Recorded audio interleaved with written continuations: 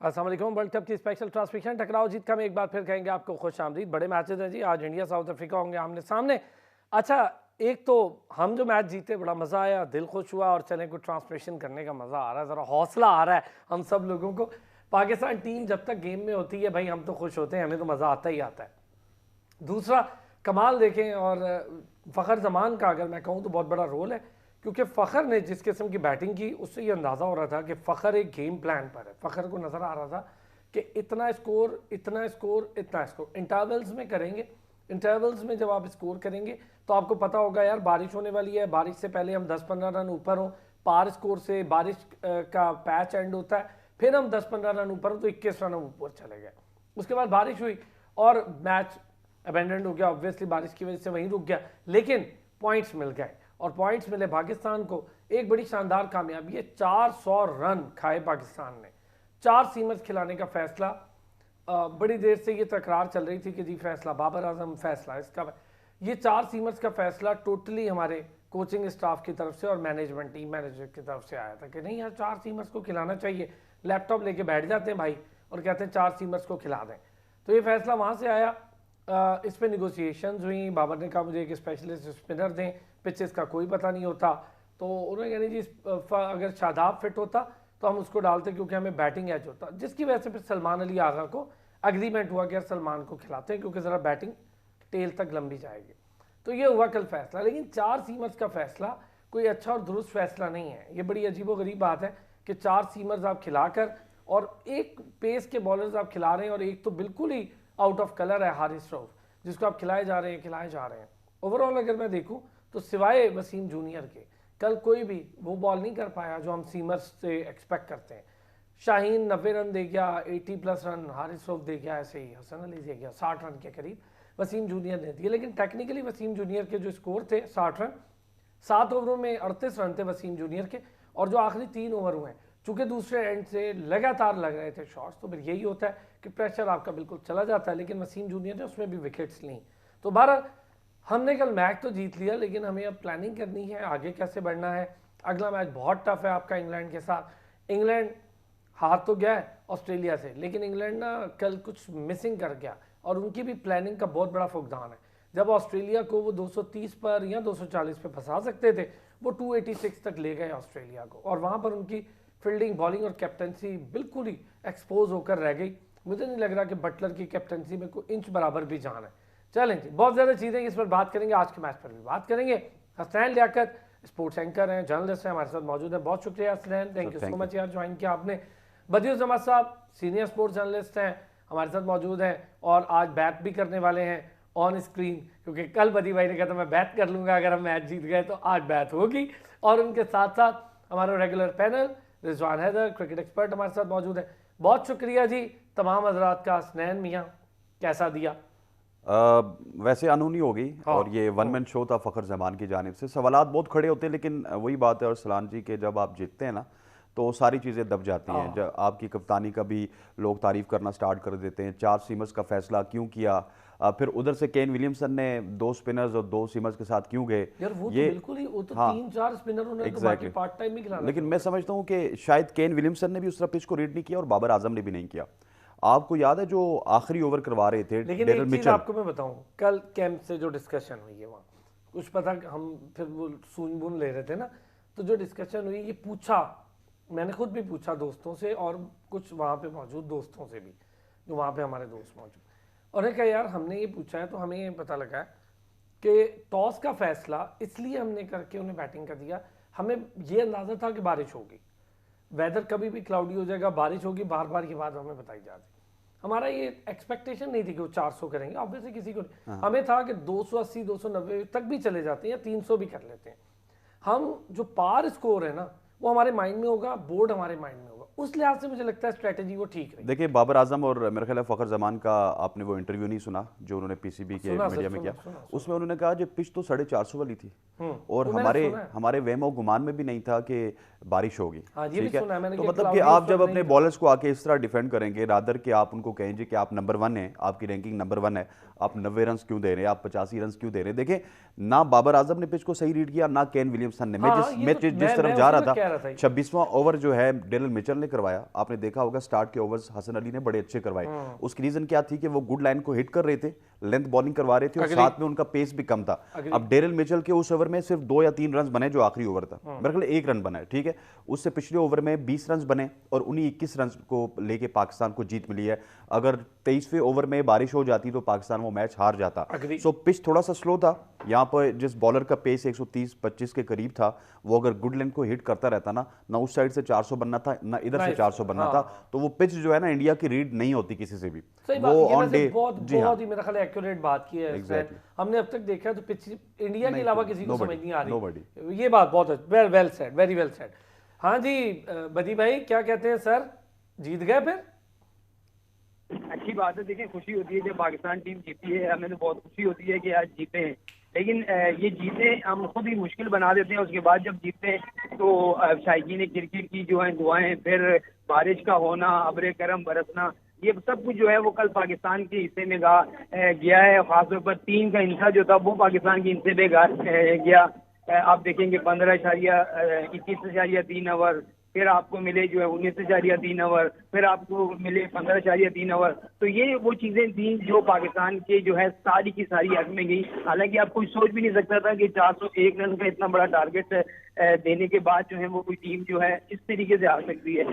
लेकिन वही है कि वन मैन शो जो है फखर जमान था, जिसने जो है ना बहुत अच्छी बैटिंग की। हालांकि शुरू के 2 से 3 ओवर आप देखें तो न्यूजीलैंड ने बड़ा अच्छा स्टार्ट लिया था अपनी बॉलिंग का, लेकिन उसके बाद फखर का बैट चला और उसने जो है वो कर दिया जो उसको करना चाहिए था। लेकिन यहाँ पर हमें रिलैक्स नहीं होना, क्योंकि अब अगला जो मैच है हम फिर वही दुआएं कर रहे हैं कि बहुत सारे लोग अभी से बातें करना शुरू हो गए कि जी श्रीलंका और न्यूजीलैंड की मैच में बहुत ज्यादा तेज बारिश है, तो हो सकता है वो मैच ना और एक पॉइंट मिल जाए तो पाकिस्तान इंग्लैंड को हराकर जो है वो पहुंच सकता है। ये चीजें भी हैं, लेकिन हमें जहन में हर चीज रखनी चाहिए, क्योंकि अभी 4-5 दिन मौसम चेंज होता रहता है, यहाँ तो हर गुजरते वक्त के यार बदी भाई कल फखर की इनिंग मैं सारे बल्कि जिसने देखी है तारीफ कर रहा है, लेकिन जो नेक्स्ट एंड है ना वो बहुत जरूरी था, वरना आपकी विकेट्स गिरी होती तो डकवर्थ लुइस पर वो बिल्कुल अलग सिचुएशन होती। तो बाबर ने उसके साथ अच्छा साथ दिया।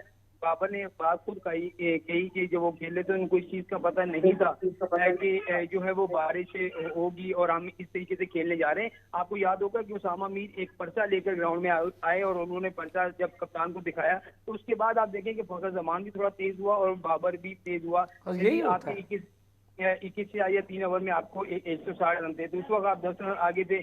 उसके बाद जब गेम रुका दोबारा जब शुरू हुआ तो 182 जो टारगेट था 19 या 3 ओवर में इतना कम नहीं था, वो भी एक मुश्किल टारगेट था। लेकिन शुरू की जो 3 बॉलों पे रन नहीं मिले, हमने कहा ये तो मुश्किल होता जा रहा है। लेकिन फिर जो मेरे ख्याल में केन विलियमसन से एक बड़ी गलती हुई स्पिनर के खिलाफ, और वो भी लेग स्पिनर अगेंस्ट जो है वो फखर को बॉलिंग, उसको सऊदी को बॉलिंग देना। हाँ, एक बाबर ने भी उसको छक्का मारा, फिर फखर ने तो सही टिका के मारे। मैंने आपको क्या कहा, वो 24 रन जो थे ना, ये जो 24 रन से पाकिस्तान को आगे ले गए और पाकिस्तान को 21 रन से जीत गया। अगर वो अगले ओवर में सऊदी से ओवर करा लेता, मेरे ख्याल में बोल्ट से करा लेता कि फास्ट बॉल से करा लेता, तो इतने रन नहीं बनते, तो ये नतीजा जो है वो न्यूजीलैंड के हक में भी जा सकता था। लेकिन चलें, अच्छा है, एक अच्छी खबर है शायकीन, क्योंकि चाह रहे थे कि पाकिस्तान टीम मुसलसल हार रही है, 2 जीत के साथ हम इस पोजीशन पे हैं कि हम सेमीफाइनल में जा सकते हैं। तो अब बैट तो हमने आपको इसमें कर दी है, क्यों, लेकिन मुझे ये होता है कि कल जब हम बात कर रहे थे मैंने कहा ये आईसीसी का कानून या डीएल मेथड का कानून भी बड़ा अजीब है कि 400 रन बनाने वाली टीम जो है वो जो हार जाती है और 200 रन बनाने वाली जीत जाती है। ये चीजें जो है वो, ये देखें, ये किसी के साथ हुआ तो कल ये हमारे साथ भी हो सकता है। तो ये सब चीजें हमें अपने जहन में रखनी होंगी इंग्लैंड के खिलाफ जो मैच होगा, क्योंकि इंग्लैंड के खिलाफ जो मैच होगा, आपने जो सिचुएशन देखी है, जो हम मुख्तलिफ जो तजियाकार हैं, जो मुख्तलिफ स्टेट के लोग हैं, उन्होंने जो अपने वो डाले हैं इसमें, तो अगर न्यूजीलैंड की टीम जो है वो 1 रन से भी जीत जाती है तो पाकिस्तान को फिर 130 रन से हराना होगा। आपकी बात बिल्कुल ठीक है, लेकिन मैं बदी भाई मैं आपके पास आता हूँ। पहले तो रिजवान भाई का इस पे व्यू लूँ, फिर आप लोगों से जो मैंने एक और चीज़ डिस्कस करनी है। बड़ा को मजाक बना रखा है पीसीबी को भी इन सारे लोगों ने। पहले तरदीद देते हैं कि नहीं जी नहीं, हमने खबर दी कि जी ज़का अशरफ की 3 माह की एक्सटेंशन हो गई, हमने तो दे दी खबर। फटाफट तरदीद आई कि नहीं पीसीबी के व्हाट्सएप ग्रुप में कि जी कोई एक्सटेंशन नहीं हुई। 5 मिनट, सिर्फ 5 मिनट का भी वक्फा नहीं गुजरा कि आ गई हाँ जी 3 माह की एक्सटेंशन हो गई है। चले इस पर तो मैं आप लोगों से आगे बात करता हूँ। हाँ जी रिजवान भाई, आप तो बड़ा कहते थे न्यूजीलैंड और 400 और ऐसे और वैसे ओ पई थे न्यूजीलैंड। बिल्कुल आप ठीक कह रहे हैं, लेकिन देखें ये जो मैच है ना, इसका सेहरा अगर आप फखर जमान को दें तो बिल्कुल ठीक है, ही डिजर्व्स इट। इसके अलावा पूरे स्क्वाड में कोई भी बंदा डिजर्व नहीं करता यार क्रेडिट। बाबर प्लेड ना वेल भाई, प्लीज प्लीज। जी जी बिल्कुल, मुझे पता था आपने बाबर पे ही नहीं आना है। नहीं, ही प्लेड यार वेल, बाबर मुझे को क्या आप यार, साइड, पूरी दुनिया आपने कह बात रही है। कर लेना यार, पूरी बात करने दें, मैं चला जाऊं। नहीं आप बात करें। बाबर क्या है यार, एक वो मरी मकी 100 की स्ट्राइक रेट पे खेल रहा है। इसमें अगर बाबर की जगह कोई और होता फखर के साथ तो बाबर ने मैच जिता देना था आपको। क्रेडिट गोज टू फखर। ये आप जितना मर्जी करें, बाबर उसी स्टाइल में खेलता है, ठीक है वो खड़ा हो गया, बाबर को ये क्रेडिट जाता है कि आउट नहीं हुआ जिसकी वजह से आपका स्ट्राइक रेट ठीक रहा, वो स्ट्राइक रेट का क्रेडिट सारा फखर को जाता है। तो मैं कब कह रहा बाबर हूँ ने नहीं ना जाता, लेकिन कप्तानी भाई ठीक की, दूसरा एंड भी तो खेल बाबर रहा ने होता है ना। कप्तानी भी ठीक नहीं की। ये आप बाद में मिकी आर्थर को ब्लेम कर दें जी, बॉलर उसकी मर्जी के तो स्पिनर बाबर ने नहीं, बाबर की जस्टिफिकेशन जितनी मर्जी दे दे। Babar is a pathetic captain, और कोई उसका क्रेडिट ना फील्ड में था, ना कहीं वो नजर आया कि वो कोई कमाल कर रहा है। ये सिर्फ और सिर्फ फखर का कमाल है जिसकी वजह से मैच मिला, और बाबर स्टेड विद हिम। ये क्रेडिट मैं बाबर को देने को तैयार हूँ कि स्टेट विद हिम, बट के जी बड़ा जबरदस्त खेले। एक उसने वो जो लेग स्पिनर वाला छिक्का मारा ना, वो अच्छा मार दिया था, बट स्ट्रेट वाला नहीं अच्छा बाबर मारा। कोई कमाल नहीं किया बाबर ने, नॉर्मल गेम खेला, फखर ने कमाल किया सारा। वाह वाह जी वाह, बस दे आप लोग क्रेडिट नहीं देना, आपके हलक से नहीं निकलना किसी के क्रेडिट। चले वापस आते हैं ब्रेक से, इस पे बात करें। वेलकम बैक से, अब से थोड़ी देर के बाद टीम्स आ जाएंगी ग्राउंड में और फिर देखेंगे इंडिया बैटिंग करके क्या टोटल सेट करता है, क्योंकि आज चैलेंज है साउथ अफ्रीका के लिए। साउथ अफ्रीका बार बार एक चीज़ पर नॉकिंग हो रही है कि साउथ अफ्रीका चेज में उस तरह से काबिल टीम नहीं है जैसी वो पहला टारगेट सेट करके दूसरी टीम को जेर करने में। तो बदी भाई हमारे साथ हैं, रिजवान हैदर हैं, हसनैन लियाकत हमारे साथ। जी मैं एक बात बताना चाहता हूँ कि साउथ अफ्रीका इस वर्ल्ड कप में चेज में थोड़ी सी माठी नजर आ रही है। ये वही साउथ अफ्रीका है जिन्होंने 2005-6 में 428 रन का ऑस्ट्रेलिया का टारगेट चेज किया था, हर्षल गिब्स ने उस वक्त मारा था। और अभी मैं एक पॉइंट ऐड करूंगा, फिर उसके बाद आप रिजवान भाई या बदी भाई की जानिब जाइएगा। अगर कुदरत का निज़ाम चलता है सही तरीके से और हम कल जीत जाते हैं इंग्लैंड से और न्यूजीलैंड वहाँ से हार जाता है और हम सेमी में चले जाते हैं, तो मैं चाहूँगा कि आज भी कुदरत का निज़ाम चले और इंडिया हारे। उसकी वजह यह है कि मैं चाहता हूं कि Pakistan instead of India semifinal में साउथ अफ्रीका को फेस करे। Okay, good point, very good point. जी बदी भाई, पहले तो जरा पेसर्स वाली बात कंप्लीट करें, फिर मैं जरा रिजवान भाई की मुस्कुराहट जो है उस पर जाऊंगा। बदी भाई, अच्छा रिजवान भाई, पॉइंट अच्छा है हसनैन का कि अगर हम देखें तो टॉप चार्ट पर अगर आ जाती है साउथ अफ्रीका, तो फिर अगर चौथी पोजीशन पे हम रहते हैं, अगर जीत कर चले जाते हैं, तो फिर जाहिर है फेस करना पड़ेगा हमें साउथ अफ्रीका को बनिस्बत इंडिया के। देखिए पहली चीज तो ये कि बहुत सारी टीमें अपने मैचेस हारे, हम अपना जीते, नेट रन रेट भी इन इफेक्ट ना आए, श्रीलंका के साथ न्यूजीलैंड हार जाए। आई थिंक कि Pakistan would like to play any other team other than India, क्योंकि हमारा कॉन्फिडेंस बिल्कुल खत्म हुआ हुआ इंडिया के खिलाफ, और वी वुड आल्सो वांट कि इंडिया सेमीफाइनल में किसी और से खेल के हार जाए। लेकिन वो उस वक्त की बात है जब वो पहुंचे। जहां तक ये मैच का ताल्लुक है, इट्स नॉट कि कौन जीते या कौन नहीं, but I would love to see South Africa. मैंने पहले भी कहा था कि अगर साउथ अफ्रीका आज चेज करके जीत जाता ना, तो एक नया पंडोरा बॉक्स खुल जाएगा इंडिया के लिए कि यार इस टीम से जिनसे 250 नहीं चेज हुआ नीदरलैंड के खिलाफ, पाकिस्तान से बड़ी मुश्किल से उन्होंने 270 चेज किया, तो इंडिया जैसे बॉलिंग के ऊपर आ जाए तो उनका अपना कॉन्फिडेंस शेक हो जाएगा, और उनका अपना जो कॉन्फिडेंस लेवल है ना कि यार ये हम तो किसी से हार नहीं सकते इस वक्त, वो अभी हो जाएगा, विच आई वुड वांट के सेमीफाइनल में जाके करे। और उसमें अगर साउथ अफ्रीका की पहले बैटिंग आए तो अपनी जगह पे, बट यहाँ पे इंडिया अगर हार जाए तो बड़ा इंटरेस्टिंग सिनेरियो बन जाएगा, नो डाउट अबाउट इट। अच्छा बदी भाई, सीमर्स वाली बात जरा रह गई थी, मैं चाहूँगा उस पर जरा हम बात भी करें कि यार हमें अगर अगले मैच में कोई अच्छी स्ट्रेटजी है तो उसमें एक स्पिनर ज़रूर। ये बताएं बदी भाई, पहले बीच में ये चल क्या रहा है, अबरार को इन करना है, अबरार को नहीं करना, ये मामला क्या चल रहे हैं? और फिर ये भी जो कल किया है पीसीबी ने, पहले तरदीद कर दी कि नहीं जी ज़का अशरफ साहब की एक्सटेंशन वाली खबरें गलत हैं, हालांकि हमारे पास थी, सही थी, मेरे पास, आपके पास, हसनैन के पास, सबके पास नोटिफिकेशन भी था उसका, ये कौन सी कोई अनोखी बात थी। फिर फौरी तौर पे 3 से 4 मिनट, बल्कि 4 मिनट ही, 4 मिनट बाद उनकी तकलीद आ गई, हाँ जी ज़का अशरफ की एक्सटेंशन हो गई है। देखिए ये जो जिस खबर की आप बात कर रहे हैं, जैसे मेरे पास खबर आई, मैंने खबर दी और उसके बाद 2 से 3 मिनट बाद जो है पीसीबी का एक वो तरदीद आ गई थी कि ऐसा कुछ भी नहीं है, तौसीक कुछ भी नहीं हुई। हमें भी बड़ी हैरत हुई कि आज ही का है। मैंने पहले डेट चेक की फिर नोटिफिकेशन पे कि क्या डेट पुरानी तो नहीं है, लेकिन डेट उसमें 4 तारीख की मेरे वाला काम किया तो फिर मैंने फोन किया, मैंने पीसीबी में, मैंने कहा आप लोग ये क्या कर रहे हैं इधर से, तो वो नोटिफिकेशन हमारे पास पड़ा है। कह रहे हाँ वो हम भी थोड़ी देर में प्रेस रिलीज कर रहे हैं, आप चला दें। मैंने कहा चला तो मैं चुका हूँ, लेकिन ये कौन सा समझ नहीं आई कि आप कर क्या रहे हैं। तो ये चीजें ऐसी होती हैं ना, किसी को पता होता है, कुछ चीजें रोक लेते हैं। आप ये भी देखें कि प्रेस रिलीज डाली किसने है, आप ये भी देखें। बदी भाई एक और चीज बताऊं आपको, जिसने डाली ना तरदीद जहां से आई, मैंने उन्हें कॉल की और मैंने उन्हें कहा यार तरदीद आप कर रहे हैं, आईपीसी से मुझे ये नोटिफिकेशन डायरेक्ट भेजा गया है। मैंने कहा भाई हमने सबने चला दिया है, सबने, कोई नहीं रुका। असान भाई सुने, ये तरदीद पाकिस्तान क्रिकेट बोर्ड को पाकिस्तान से चलानी चाहिए थी। एक ऐसे बंदे से तरदीद चलाएगी जो पाकिस्तान में ही नहीं है, बांग्लादेश में टीम के साथ, टीम के साथ, ठीक है, वो जो है तरदीद डाल रहा है। तो मैंने उनसे कहा, फिर उन्होंने कहा जी ये ऐसा है, 3 माह की तोसी मिल गई है। तो मैंने आपको अपने वहाँ के 2 दिन पहले ही कहा था कि ये जो 19 तारीख का इनका बात हुई है, 19 नहीं है, 2 से 3 महीने और इनको मिलने वाले हैं। आपने कहा था 2-3 से मिलने वाले हैं, क्योंकि वो एक जो अब छोड़े, लंबी हो जाएगी बात, तो बहुत बड़ी हो जाएगी।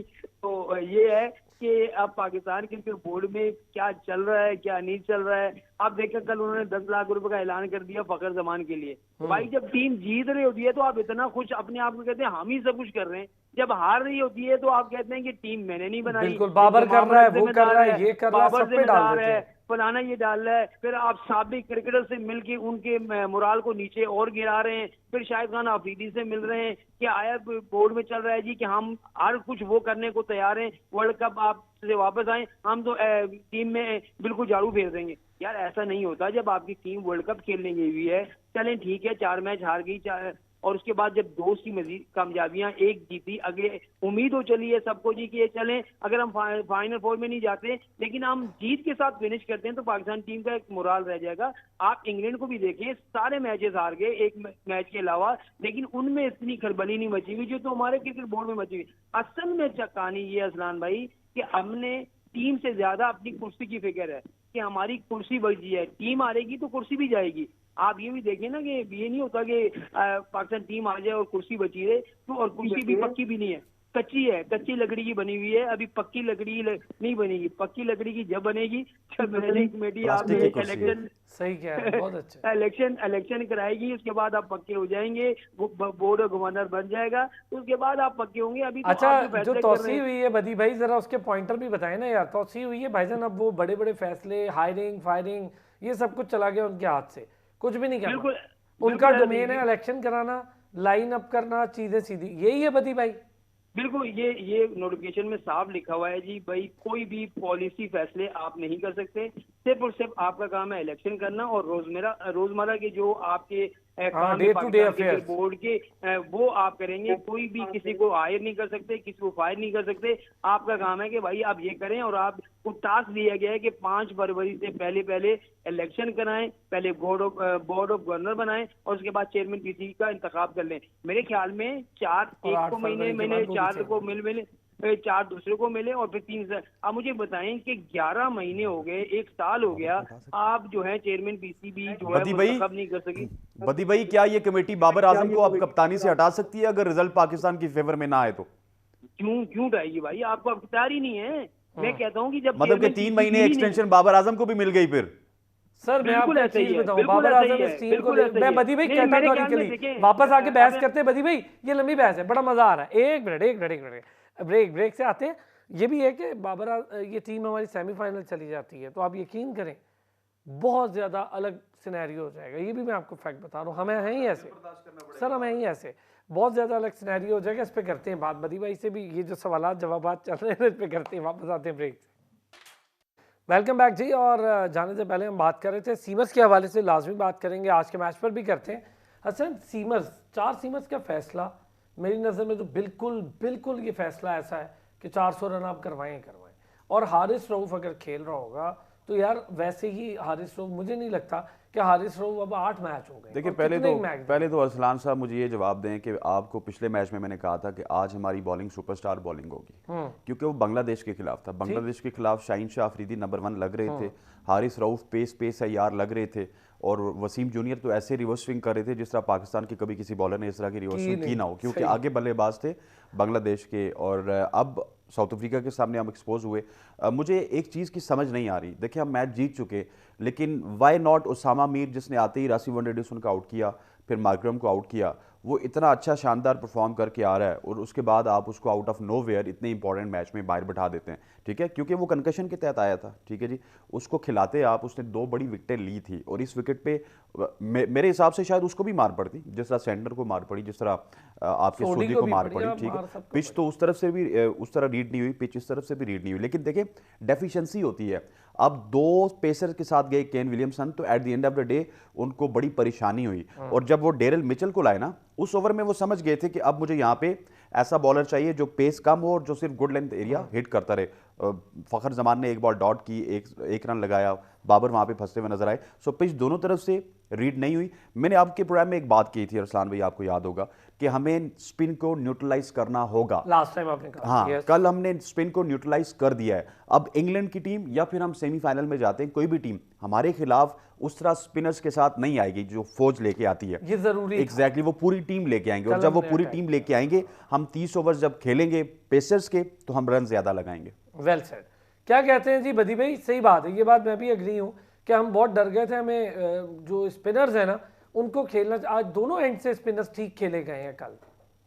वक्त तो खैर खेलना ही अच्छा है। एक मिनट, देखिए इमरान भाई, असल में मसला ये है कि ये जो विकेट थी बिल्कुल फटा विकेट थी, इसको आप कहते हैं ना फटा विकेट, अपने आप लैंग्वेज जो इस्तेमाल करते हैं, बिल्कुल वो विकेट थी, इसमें कोई स्विंग। ले जी, ये है टॉस जीतकर पहले बैटिंग का फैसला। हाँ, क्योंकि उन्हें पता है कि चेज, मैं कह रहा था चेज का इशू होगा, तो अच्छा फैसला मेरा। अच्छा फैसला है। देखिए आपने अपनी स्ट्रेंथ पे जाना है, उनकी स्ट्रेंथ भी बैटिंग है और दूसरों की स्ट्रेंथ भी बैटिंग है। और आपको पता है कि that is writing on a wall कि जब भी उन्होंने पहली बैटिंग की है उन्होंने 350 प्लस किए। अब इंडिया के पास मौका है कि वो यहाँ पे पहली बैटिंग करे और एक अच्छा टोटल लगाए, लेकिन आज उनका भी इम्तिहान है। देखिए अगर फास्ट बॉलर्स का कंपैरिजन किया जाए इंडिया के साथ, same kind of fast bowling इस वक्त है साउथ अफ्रीका के पास, और ये बेसिकली बैटिंग वर्सेस बैटिंग है। जितना स्कोर इंडिया बोर्ड पे लगाएगा इतना ही स्कोर जो है आगे से वो एक्सपेक्ट कर सकते हैं कि लग भी सकता है। हाँ, हो तो सकता है, सही बात है। ये तो ऐसा नहीं है कि चेज बिल्कुल ही हम कहें कभी नहीं करेगी। हमारे खिलाफ किया ना सर, हाँ, वो चौकर्स वाला लेवल भी उनसे हट गया जी, कि इतने बड़े मैच में 270-80 रन उन्होंने किया और आखिरी विकेट पे और उनके टेल एंडर्स ने किया, तो ये एक बेहतरीन मैच होगा। लेकिन फिर हसन रजा वाली बात याद आ जाती है कि आज देखते हैं उनकी बॉलिंग क्या करती है। अच्छा था यार, ये आपने सही काम किया है। अच्छा जी रिजवान भाई, टॉस जीतकर पहले बैटिंग का फैसला, इस पे गुस्सा करेंगे रोहित शर्मा पे या मुझ पे करेंगे? नहीं, आप पे ही करेंगे, और रोहित शर्मा पे क्या करना है। मेरा तो ख्याल है, देखिए हम शुरू से कह रहे थे कि साउथ अफ्रीका की स्ट्रेंथ बैटिंग फर्स्ट है, और I would not want India to lose in the round robin. मैं हमेशा से कह रहा हूं कि यार हाँ, पहले दिन से ये बात कह रहे हैं कि उनको जाना चाहिए जीतते हुए। हाँ, तो सेमीफाइनल फाइनल में, और अगर उधर कहीं इनका मैच साउथ अफ्रीका या ऑस्ट्रेलिया से पड़ता है और साउथ अफ्रीका स्पेशली अगर पहले बैटिंग कर जाती है, तो that is the only option जहां पे हमें लग रहा है कि इंडिया की टीम शायद अगर 350 का चेज आए तो कहीं ना कहीं फंसे। या इसी तरह ऑस्ट्रेलिया के खिलाफ ये हो सकता है कि अगर 350 पहले कोई टीम कर जाए तो इंडिया के लिए प्रॉब्लम हो सकती है। अदर देन दैट यहाँ पे तो क्लियर कट अगर 270-80 पे इंडिया कर लेता है तो साउथ अफ्रीका मुझे चेज करती हुई नजर नहीं आती, which is a good thing for the cricket के, बिकॉज अगर आप किसी भी तरीके से इंडिया को काउंटर करना है, it's a most complete team, batting first, bowling lineup के हिसाब से, बैटिंग लाइनअप के हिसाब से। सो आई थिंक ये अच्छा हो गया कि साउथ अफ्रीका ये वाला मैच बाद में करे। और अगर ये दूसरा इसमें एंगल ये है कि अगर यहाँ से साउथ अफ्रीका ने चेज कर लिया तो वो then it will open up another bottle of worms for the Indian team, Indian think tank. यार ये क्या हो गया, ये तो हमने सोचा भी नहीं हुआ था और यहाँ पे भी हम फंस गए हैं। तो ये बात है। बदी भाई क्या कहते हैं जी? देखिए हम सारे तो बातें कर रहे हैं कि ये कर दिया इंडिया ने, वो कर दिया। देखिए बहुत सारी टीमें होती हैं, अपनी स्ट्रेंथ चेक करने के लिए वो मुख्तलिफ जो है ना हरबे इस्तेमाल करती हैं, और खासतौर पर उन्होंने देखा होगा कि जो साउथ अफ्रीका पहले बैटिंग कर रहा है तो वो बड़े रन कर रहा है, बड़ी लंबे जो है उसके रन है। आप देखेंगे पहली बैटिंग करते हुए वो 350, 388 और 399 तक गए, तो वो पहले बैटिंग करते हुए गए। तो अब भारत की बॉलिंग क्योंकि बहुत अब तो मार्क चल रही है, बहुत जबरदस्त बॉलिंग वो कर रहे हैं, चाहे वो शामी हो, बुमराह हो, उनके स्पिनर बहुत अच्छी बॉलिंग कर रहे हैं। तो वो ये चाह रहे हैं कि इनको कम से कम रन पर जो है वो हम आउट करें, और उसके बाद जो है हमारी बॉलिंग ऐसी है कि हम उनको कंट्रोल कर सकते हैं। वो इतने रन चेस नहीं कर सकते। अगर 280-90 रन भी हुए तो साउथ अफ्रीका के लिए चेस करना बहुत ज्यादा मुश्किल होगा, क्योंकि साउथ अफ्रीका में ये है कि ऊपर से 3-4 जब चेस में आउट हो जाते हैं तो वो थोड़ा सा जो है बैकफुट पे चले जाते हैं, लेकिन पहली बैटिंग में उनके कोई प्रेशर नहीं होता, इसलिए वो लंबी हिटें मार के जो है वो अपने स्कोर को 300, 350, 350 रन ले जाते हैं। तो मेरे ख्याल में रोहित शर्मा ने यहाँ जो टॉस जीतकर अपनी बैटिंग का फैसला किया है, एक तो वो अपनी स्ट्रेंथ भी चेक कर रहे होंगे क्योंकि आगे उन्होंने बड़े मैच खेलने हैं, क्योंकि सेमीफाइनल है, फिर फाइनल खेलना है। अगर जीत जाते हैं सेमीफाइनल तो वो उसको चेक कर रहे होंगे।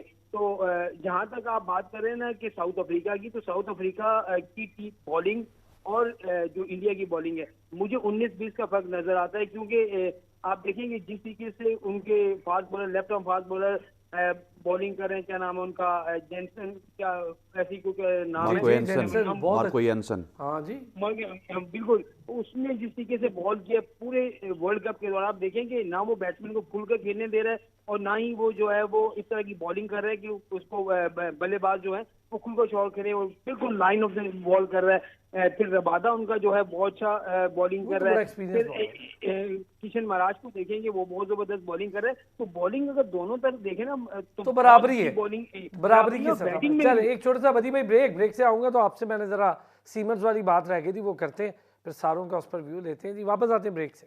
वेलकम बैक जी। आप जो कह रहे हैं ना कि इनकी कैप्टनसी आगे, मैं तो ख्याल में होनी चाहिए, क्योंकि अगर आप वो सेमीफाइनल में आप पहुंचा देता है या नहीं पहुंचाता, तो मेरे ख्याल में अब पाकिस्तान क्रिकेट बोर्ड को भी ये रवायत तोड़ देनी चाहिए कि अब ऐसा कप्तान जो कभी हार के आया या उससे परफॉर्म नहीं हुआ तो हम उसको टीम से बाहर कर दें। इससे पहले आप बहुत तरीके बहाने से लेकर आप जो है 19 तक बहुत सारे ऐसे फैसले कर चुके हैं। इसको अब मेरा रिवाज को टूटनी चाहिए।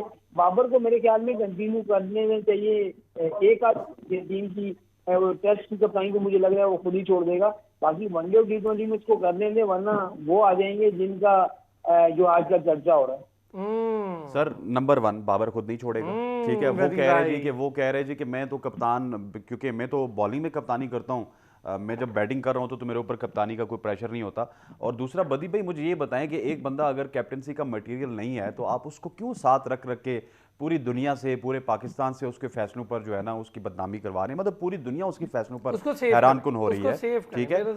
आपको उसको सेव करना चाहिए। अभी उसकी 28 साल उम्र है, 6-7 साल उसने क्रिकेट खेलनी है, 20 सेंचुरीज वो कर चुका है, कम से कम यार 40 सेंचुरीज तो उसको करने दें। इस तरह कप्तानी के प्रेशर में ऑलरेडी वो मेरा ख्याल है 19वीं सेंचुरी उसने 10-15 इनिंग्स पहले की थी, अब 20वीं सेंचुरी उससे नहीं हो रही क्योंकि इतना मीडिया का प्रेशर है। तो मैं समझता हूं कि बाबर आजम को अब कह देना चाहिए, हक में जी हाँ, उसको कह देना चाहिए भाई कि बस मैं रिजवान भाई क्या कहते हैं सर? नहीं, मैं तो देखिए मैं तो पहले से कह रहा हूँ बाबर को तो हटाओ, मैं तो ये कहता ही यही हूँ। नहीं, जब बाबर को कप्तान बनाया था तो मैंने बिल्कुल सपोर्ट किया कि यार यंगस्टर है, कप्तान बनाया। लेकिन अब आपने 2 वर्ल्ड कप T20 के करा लिए हैं, टेस्ट मैच में कप्तानियां करवा ली हैं, आप होम सीरीज ऑस्ट्रेलिया, इंग्लैंड से हार गए, न्यूजीलैंड से हार गए, टेस्ट ड्रॉ किया टेस्ट सीरीज। तो it has been proven that he is not captaincy material. लेकिन वनडे क्रिकेट का टेस्ट की कप्तानी से कोई ताल्लुक नहीं होना चाहिए। मैं तो वैसे तीनों फॉर्मेट्स में डिफरेंट चाहता हूँ, लेकिन अभी ऑस्ट्रेलिया का जो टूर आ रहा है उस पर बड़ा जरूरी है कि बाबरी कप्तान रहे, क्योंकि वहां आपने 3-0 हारना है। फिर उसी कप्तान को रखे ना जो 2 साल से टीम लेकर जा रहे हैं, किसी नए कप्तान को, ये यंगस्टर को ला के बना दें और वो हार जाए तो बाबर के देखो जी मैं तो इतना अच्छा कप्तान था, ये तो 3-0 हार गए। तो लेट्स मेक श्योर कि Babar is the captain for Australia series, उसके बाद फैसला करें long term. I totally agree with Rizwan भाई कि इसको ऑस्ट्रेलिया तक कैप्टन रखा जाए। लेकिन अरसलान जी एक हमें फैसला करना होगा राइट आफ्टर ऑस्ट्रेलिया सीरीज कि हमने आगे किसको कप्तान बनाना है, क्योंकि हमारी जो नज़र होनी चाहिए वो 2024 T20 वर्ल्ड कप के लिए होनी चाहिए। और हमने जो नया कप्तान बनाना है उसको तकरीबन 3-4 महीने देने हैं, उसको ट्राई करना है। ये नहीं कि 11th ओवर में हमने बाबर को हटा दिया और नए कप्तान को जो है हम T20 वर्ल्ड कप में भेज रहे, पता चले वो भी जाके वहां पे फेल हो जाए। रोहित शर्मा का आते ही उसने कहा जी लुंगी निगीडी उन पे काफी चढ़ गए थे, बहुत अच्छी 2 बॉल्स की थी, तो रोहित ने उसको वेलकम बाउंड्री की, उसने कहा आओ बेटा आओ आपको वेलकम बाउंड्री करते हैं, आपको बताते हैं कि हम तेज क्रिकेट भी खेलते हैं। तो अच्छा स्कोर होगा तो मुझे भी मजा आएगा कि छोटे मोटे स्कोर वाला रोहित मजा तो नहीं इस तरह के प्लेयर है कि रोहित किसी भी वक्त अपना गियर शिफ्ट कर सकते हैं और ये इनकी क्लास है। देखें इंडिया में ना अच्छा आपको फॉर्म में भी आजकल एग्जैक्टली देखें इंडिया में 6 बैटर्स हैं ना, अगर टॉप के 6 बैटर्स हैं उनमें सब में एक क्वालिटी मौजूद है कि वो 3 डॉट्स खेल के भी ना 18 रन बना सकते हैं। हाँ मैं एग्री वो बहुत बहुत तगड़ी टीम है।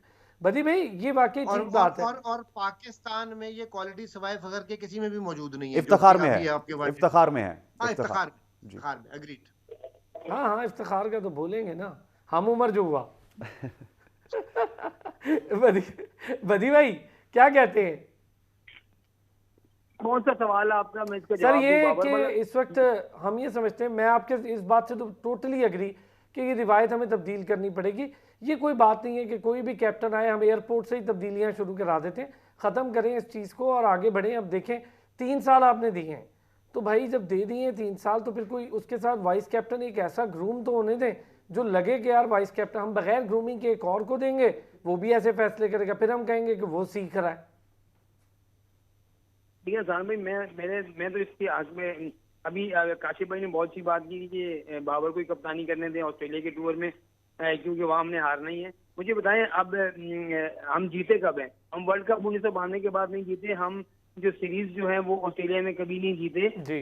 जितने बड़े बड़े लेजेंड हमारे गुजरे उनकी कप्तानियों में नहीं जीते। तो अब बाबर की कप्तानी में भी हम हार गए तो हमें गिला नहीं होना चाहिए। लेकिन दूसरा ये कि मेरे जो जराए बताते हैं या मुझे ये खदशा हो रहा है कि हो सकता है कि बाबर आजम जो है ऑस्ट्रेलिया की सीरीज के लिए खुद भी ना जाए। ये मैं आपको बता रहा हूँ पहले से, क्योंकि बतौर कप्तान ना जाए या बतौर बैटर भी लग ना रहा है जाए। कि वो आराम के घर से हो सकता है कि जाए, टीम के साथ ही ना जाए, क्योंकि बहुत सारी बातें ऐसी हो लेकिन गई ये हैं। बड़ा डैमेजिंग पार्ट हो जाएगा वैसे मैं बदी आपको भाई, बताऊं। अगर वो नहीं जाएगा ना तो फिर हम सवाल करेंगे, फिर आपको चुभेंगे भाई वो क्यों नहीं जा रहा, वो हमारा नंबर 1 बैटर है, लीग्स खेलने वो एलपीएल में जा सकता है, वो पूरी दुनिया में लीग्स खेलने जा सकते हैं। अभी कौन से आराम की जरूरत है सर?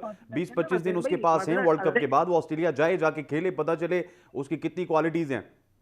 देखिए क्वालिटी तो इसमें कोई शक नहीं है। भी अब भी अगर बाबर की क्वालिटी पे किसी को शक है वनडे T20 और टेस्ट में, तो मेरे ख्याल में नहीं क्वालिटी में कोई शक क्वालिटी में कोई शक नहीं है, लेकिन मुझे अभी जो उनकी बैट फॉर्म लगी हुई है मेरा ख्याल है इनको ऑस्ट्रेलिया जाना चाहिए, अभी रस नहीं बनती उनकी। देखिए बहुत सारे जो खिलाड़ी होते हैं बैट फॉर्म का मतलब होता है कि 12 से 15 मैच में रन नहीं करते, एक मैच में रन कर देते हैं। बाबर ने तो अगर आप देखें तो 3 सेंचुरी तो बना चुका है वो। पीछे मैच में भी आप देखें उसने रन किए। हम बाबर को इतनी तनकीद कर रहे हैं, मैं खुद करता हूँ भाई, मैं साफ बता रहा हूँ, मैं बहुत ज्यादा उस पर तनकीद करता हूँ। लेकिन कभी कभी आप सोचें तो अगर बाबर गैर जरूरी भी बहुत कर रहे हैं, बिल्कुल गैर जरूरी, और किसी भी वक्त आप बाबर को टीम से अलग कर दें तो आपकी टीम बैटिंग में कहाँ खड़ी है ये आप सर ये जो फखर चल रहा है ना, मैं आपको एक चीज बताऊं, बाबर ये साबित करेंगे कि ऑस्ट्रेलिया में वो नहीं जाएंगे तो हमें बताएंगे कि हमारी टीम कहाँ खड़ी है। नहीं ये बात नहीं है, मैं आपको बताता हूँ उसके रीजन जो बदी भाई कह रहे हैं। जी बदी भाई, मैं ये कह रहा हूँ कि आज हम सब फखर कर रहे हैं। क्या उसने बांग्लादेश के खिलाफ रन किए और यहाँ पर जो न्यूजीलैंड के खिलाफ रन कर दिए, 2 मैचों में रन किए ना। ठीक है, पिछले 15 मैचेस में हम कह रहे थे फखर को क्यों खिला रहे हो, क्यों खिला रही है, उसका बैट नहीं आ रहा। बड़े बड़े प्लेयर कह रहे थे उसका जो ग्रिप पकड़ने का अंदाज ऐसा है, वो ऐसे नहीं कर सकता, उसकी टांग नहीं हिलती। आज सवावा कर रहे हैं। अरे भाई मसला ये है कि देखें यहाँ ये है कि जो हम पिछली गलतियां 20 भूल जाते हैं, एक अच्छी इनिंग्स से हमें सब कुछ अच्छा नजर आने लग जाता है। और ये विकेट जिस पर फखर ने रन किए हैं, मैं आपको बताऊं कि इतनी फट्टा विकेट थी कि यहाँ पर सबने रन किए भाई, किसने रन नहीं किए? यहाँ पर केन विलियमसन ने रन किए, यहाँ पर रविंद्रा ने रन किए, यहाँ पर क्या नाम उसका फिलिप्स ने रन किए, यहाँ चैपमैन ने रन किए, सबने रन किए। यहाँ तो वो ना, ये तो बैट्समैनों का मुकाबला था, बॉलर का कोई मुकाबला नहीं था। बॉलर के लिए तो जन्म विकेट थी। एक इनिंग में 400 रन बन गए, दूसरी इनिंग में 200 रन बन गए। मुझे ये बताएं 600 रन बन जाते हैं, ओवर कितने होते हैं आप खुद सोच लें। 75 ओवर में 600 रन बन जाते हैं। ये देखें कि बॉलर्स के लिए उस विकेट में कुछ भी नहीं था और ग्राउंड भी छोटा था, रन बन गए। मजा जब आता है कि जब हर किस्म की कंडीशन में बैट्समैन जो है वो बिल्कुल जी, मैं आपसे एग्री। बहुत अच्छा एनालिसिस है बदी भाई। वापस आके जरा रिजवान भाई कुछ कहना चाह रहे हैं, उनसे भी बात करता हूँ, एक ब्रेक लेते हैं जी। और बड़ी ही कोई बेहतरीन और टेक्निकल डिस्कशन के साथ साथ पीसीबी के मामलात पर भी डिस्कशन हो रही थी। कुछ एडअप करना चाहें? वैसे ये थोड़ा सा मुझे ना हसनैन ये चीज़ लगती है कि यार आप ना एक पूरे सिस्टम जो है उसको बिल्कुल ही ख़राब की तरफ चल पड़े हैं। एक कहता है जी नहीं हुई, एक कहता है जी हो गई, मतलब मजाक देखिए बन मैं रहा है, समझता हूँ मजाक ना, बन रहा है। मैं यहाँ पे अप्रिशिएट करना चाहता हूँ जो केयर टेकर प्राइम मिनिस्टर हैं कि उन्होंने कम से कम एक अच्छा ये काम किया है कि इनको 3 महीने की एक्सटेंशन दी है। अब लेट्स सपोज ना नहीं, कोई वो नया, जरूरी था। वो कोई नया बंदा आ जाता, ठीक फिर है जी, इलेक्शन के वो बाद नहीं, दूसरा वो आ फिर जाता। नहीं, वो फिर ये करता जी कि वो अपनी उसके जो है ना अपने मामलात ठीक करने के लिए नई टीम तलाश करता, कराची, इस्लामाबाद, कोयटा, तमाम तर रीजन्स में। उसके बाद होता ये कि फिर अगली गवर्नमेंट किसकी आनी है ये आपको भी पता है, मुझे भी पता सही है। है। उन्होंने आके फिर एक नया बंदा लाना था, तो मतलब पीसीबी में 1 साल के लिए स्टेबिलिटी नहीं आनी थी। तो मैं समझता हूँ कि सबसे पहले इसको अप्रिशिएट करना चाहिए कि ज़का अशरफ साहब को एक्सटेंशन मिली है। नहीं, अब नहीं, हम भी ज़का कह अशरफ रहे साहब को भी अपनी अदाओं पे गौर करना चाहिए, हाँ, उनको ठीक भी है, जो थोड़ा स्क्रीनशॉट दे दिए, जो नहीं दिए, जो चलवा दिए। यार, अभी फिर उसके बाद जो कंट्रोवर्सीज है, मतलब आप हर चीज में बनाए इंटरव्यूज भी थोड़े से रोक लें भाई, जरा आराम से बैठे, हौसला करें, वो आने तो तो एक ही दें। दिए, वो तो एक ही दिए। 2 दे दिए। अच्छा, हाँ, दूसरा किसको दिया? दोनों दिए थे ना, एक पहले दिया था, हाँ एक नहीं, इसके एक तो अभी रिसेंटली जो दिया ना, मैं एक तो मेरे और दोनों आपके साथ दिया इन था ना। बिटवीन, हाँ, दोनों इन बिटवीन वर्ल्ड कप ही हुआ था ना। एग्जैक्टली, तो एग्जैक्टली। ये, हाँ जी, लेकिन वो तो उस बंदे की क्वालिटी है जिसको इंटरव्यू दिया नहीं, ना। वो तो बहुत, वो तो उसमें जर्नलिस्ट है।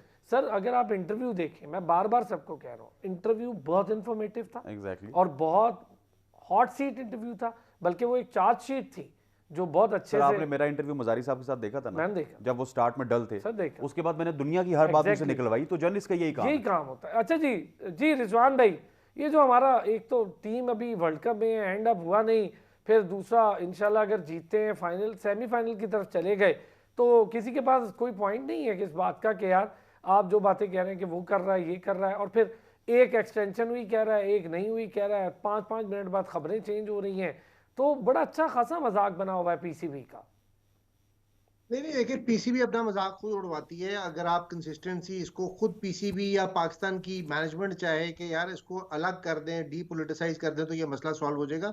मैं जो ऐड करना चाह रहा था ना, बात पूरा पिछली जो ब्रेक से पहले हो रही थी जिसमें मुझे मौका नहीं मिला, अगर आप 2 मिनट दें, मैं बाबर आजम के ऊपर बात करना चाहूंगा कि बाबर आजम की बैटिंग के ऊपर आज तक कभी क्रिटिसिज्म नहीं हुआ। ये हो सकता है कि कोई कह दे कि जी वो थोड़ा स्लो खेल लेते हैं कई जगहों पे वनडे में, या ये हो सकता है कि उनका बैटिंग नंबर क्या है, लेकिन बैटिंग एबिलिटी के ऊपर शक नहीं हुआ। बात उनकी हमेशा होती है कैप्टन की, कैप्टनिंग एबिलिटी, लीडरशिप की। देखिए तीन, और थोड़ी सी सेल्फिशनेस की आ जाती है कि अभी आप बात कर रहे हैं कि जी शायद वो ऑस्ट्रेलिया में रेस्ट कर लें, बड़ा प्रेशर है, तो भाईजान जब रेस्ट करना होता है तो नेपाल के खिलाफ करें, रेस्ट करना होता है तो अफगानिस्तान के खिलाफ करें। आपको ऑस्ट्रेलिया की टीम नजर आ जाती है रेस्ट करने के लिए, जितना सारी दुनिया मर रही है जाके अपने आप को प्रूव करने के लिए कि हम ऑस्ट्रेलियन कंडीशन में खेल सकते हैं। आप कोई लीग नहीं छोड़ते, श्रीलंका की हो या मुल्तान की हो या बांग्लादेश की हो या नेपाल की हो, उधर आपको 2 रुपए भी मिल रहे हो तो आप भागे जा रहे हो। और ये सिर्फ बाबर की बात नहीं कर रहा, सारे पाकिस्तानियों की, ये बोर्ड हैज टू डिसाइड कि यार कौन कितना खेलेगा, किस प्लेयर को कब रेस्ट चाहिए। अगर कोई ऑस्ट्रेलिया की टीम में, मैं आपको अभी बता रहा हूँ कि आज ऑस्ट्रेलिया के टूर से पहले कोई भी बहाना बनाता है ना, तो फिर वो न डर और बेबाक प्लेयर नहीं है, वो एक बुजदिल प्लेयर होगा, ताकि वो अपना करियर बचाने के लिए, एलोंगेट करने के लिए इस तरह का डिसीजन लेगा। चले, ये तो हो गया। 100% एग्रीड, 100%। हर फर्क मोती। ठीक जी। अच्छा बदी भाई, एक चीज, अब हम इंग्लैंड के खिलाफ जा रहे हैं यार, ये थोड़ी सी स्ट्रेटजी के बाद ये अबरार वाला मामला मुझे तो नहीं लगता कि हो पाएगा, खिलाना आपको इन्हीं में से पड़ेगा। जी बदी भाई। भाईजान देखिए, इब्रार को मुझे नहीं लग रहा, और ना ही कोई इस तरह की जो है वो आईसीसी को अभी तक मेरे हमें एप्लीकेशन नहीं दी है इन्होंने, या कोई दरख्वास्त नहीं की है कि हमें जो है वो इसके मुतबादिल चाहिए। लेकिन इब्रार की बहुत सारी बातें भी जो है मंजर आम पर तो अभी नहीं आई, लेकिन खुफिया ये बातें चल रही हैं कि उन्होंने भी जो है वो टीम में अंदर इन होने के लिए बहुत कुछ यत्न किए हैं, बहुत कुछ जो है वो इधर उधर जो है ववेला किया है, इधर उधर खून वून भी घुमाए, ये हमें जो बातें पता चली हैं। लेकिन इस तरह नहीं होता। एक प्लेयर है, अगर आपको अभी एक आधी 2 मैच खेलने हैं तो फिर तो मेरे ख्याल में उसको खुद भी नहीं खेलना चाहिए, उसको खुद भी जोर नहीं देना चाहिए, क्योंकि अब हम उस तरफ चल पड़ेंगे यहाँ पर। अब मुझे ये लग रहा है कि वर्ल्ड कप का एंड है, और वर्ल्ड कप के एंड में अगर आप एक आध मैच खेल के वहां पर इतनी खराब परफॉर्मेंस होती है तो मुझे लग रहा है फिर आप आगे जो सीरीज होंगी उसमें भी आपके लिए मुश्किल हो जाएगी। तो हमारे क्रिकेट बोर्ड में हो या खिलाड़ियों में इस तरह की चीजें चलती रहती हैं। अभी रिजवान भाई बात कर रहे थे बाबर आजम की, देखिए बाबर आजम का बहुत सारे, जैसे मैं हूँ, आप हैं, हम जितने 4 बैठे हुए, हम पर भी कोई जो है रोजाना की बुनियाद पर तनकीद करेगा ना कि अफरान भाई ऐसा है, अफनैन भाई ऐसे हैं, रिजवान भाई ऐसे हैं, तो कभी ना कभी हम जो है ना फट पड़ेंगे, बोलेंगे यार ये रोजाना बंदा मुझे क्यों ऐसी बात करता है।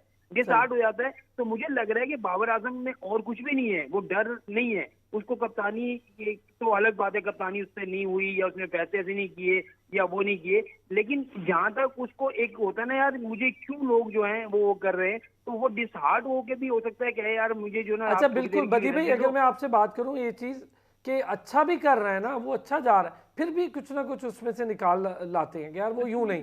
देखें जी आज उसने वो 13 रन जो थे पहले के वो स्लो कर दिए। नहीं, कल मुझे ये बात बताएं, कल अगर 90 रन शाहीन आफरीदी ने दिए, उसमें बाबर आजम का कसूर है? नहीं, वो तो 85 जाहिर है रन शाहीन को तो आपने पूरे ओवर कराने ही कराने हैं। ने 85 रन दिए, तो क्या वो अपना बाबर का कसूर है? या 82 रन हसन अली ने दिए तो उसको बाबर आजम का कसूर है?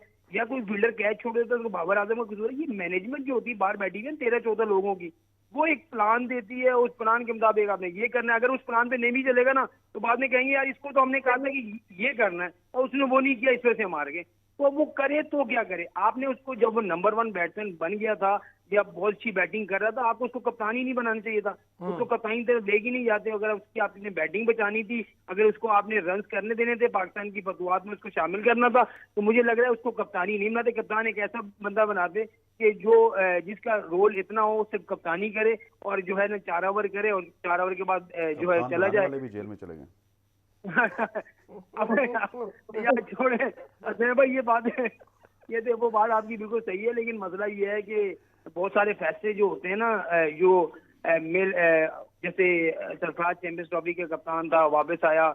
आप खुद सोचें, वो तो चैंपियंस ट्रॉफी जीता हुआ था, वो तो हर कुछ जीत के आया था, फिर उसको क्यों हटाया गया था? उससे मिलने से इनकार कर दिया गया था, उसको जो है ना उससे कोई बात करने को तैयार नहीं था। यही तो मसला है, पॉलिटिकल डिसीजंस है ना। बहुत सही बदी भाई, बहुत सही, बहुत सही, बहुत अच्छा एनालिसिस। मेरा ख्याल है बड़ी आपने जो डिटेल बात की है ना, यही लुबे लुबाब है सारे हमारे मसाइल का। ये सही है, मैं एग्री। रिजवान भाई इस पे कुछ एडअप करना चाहें? नहीं, बदी भाई ठीक कह रहे हैं। हम तो शुरू से कह रहे हैं कि डीपोलिटिसाइज करें आप इसको। और जहां तक ये इसका ताल्लुक है ना, देखें बदी भाई, प्रेशर लेना ही तो इन सब का काम है। आप अगर प्रेशर में से देखते हैं मेरे पर रोज क्रिटिसिज्म हो रहा है, तो उसमें से फिर आपने एनालिसिस ये भी करना होता है कि यार इसमें मेरी वीकनेस क्या है। आप अगर ये इस पे प्रेशर ले रहे हैं कि जी हम कहते हैं कि जी बाबर और रिजवान का वनडे में तो ठीक है, T20 में जोड़ी की कप्तानी नहीं बनती, तो इस पे सोचना भी तो चाहिए कि यार फखर जैसे को आप 3 पे लेके जा रहे हैं, तो लोग किसी वजह से कह रहे होंगे ना। अनड्यू और अननेसेसरी क्रिटिसिज्म नहीं होता, किसी वजह से हो रहा होता है क्रिटिसिज्म। और उसको अगर ये इनको अपने उसमें गिरबान में झांक के भी देखना चाहिए कि यार आप अगर हम पे क्रिटिसिज्म हो रहा है तो क्या कर रहे हैं, और उसको एनालाइज भी करना चाहिए।